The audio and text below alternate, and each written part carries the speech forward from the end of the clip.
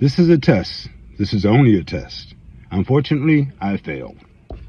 This is a brown paper bag, a tan brown paper bag, and I didn't pass the test. Anyway, it's a very real test. It's one that has gone on for years in the black community. And what is that all about? If you're on the lighter side of that brown paper bag, then your worth was more than if you were on the darker side. If you're on the lighter side, you were attractive, you had that good hair, you had that nice skin, you were just intellectually better, your opportunities were better. If you were on the darker side, you were just another black greasy nigga. Anyway, whether or not it still is as prevalent as it was when I was growing up, I don't know. I try to separate myself from people that think that way or any type of division and so forth. But I always thought it was odd or hypocritical, actually, because I found it even within a family. Because a lot of times within a black family, there's all kinds of skin tones within the siblings. Some are lighter, some are darker. My wife even had that challenge. Her sister was lighter than she was, and she was the preferred child. It's not something that is necessarily said, but you can see it within the action. So a lot of it is just perceived, and you can't really pinpoint the situation. Pretty much like racism in general. But what I always often found was odd was that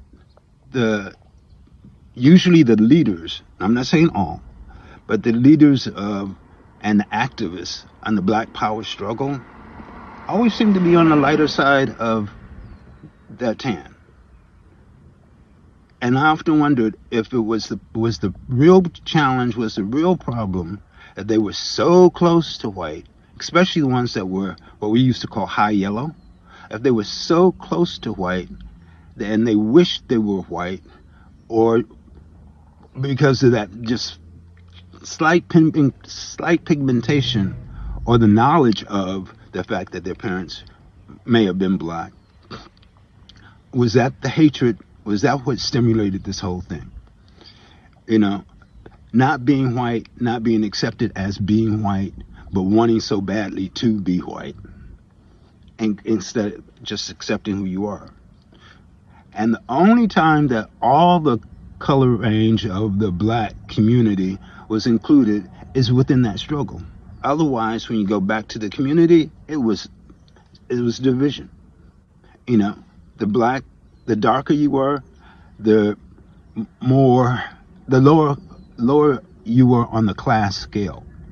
You weren't expected to be anything. You weren't going to be put out front. You weren't going to be first choice. Lighter you are, no matter how stupid and how unintelligent you are, you were just pretty. You were just better to look at. You were photogenic. This is hypocrisy.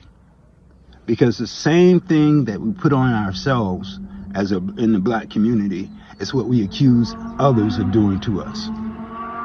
Why not start at home? Start cleaning up your own first. Start desegregating yourselves first. Ourselves first. I don't know. It's just, like I said, not being on the lighter side of the tan line, I don't know what the reasons were. I can only speak from my perspective. And I'm not speaking from every black person on this side of that tan line, their perspective. Because I don't know. I can only speak from mine. But like I said, I thought it was hypocritical. And it's just something to think about. But see, I know it doesn't stop there. Every racial group, every group of people, period, do their own definitions. I know we used to hear more about if you were blonde and blue-eyed, that was, preferable over someone that was a redhead or a brunette. In the Hispanic community, I've heard from Spanish people, from Hispanics, talk about the short Hispanics that have more of the Aztec qualities, or appearance and put them in the lower class. And it was like, why do people do this? Why do we constantly have to? But I do understand that. Like I said, I do understand. And in order to put yourself up, you have to put somebody else down. Simple as that. It's hypocritical. It's ridiculous, but it's human.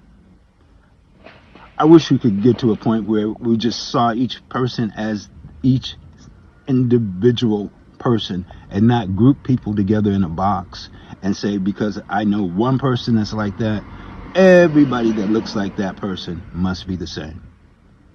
It's ridiculous. I mean, I have no words for it.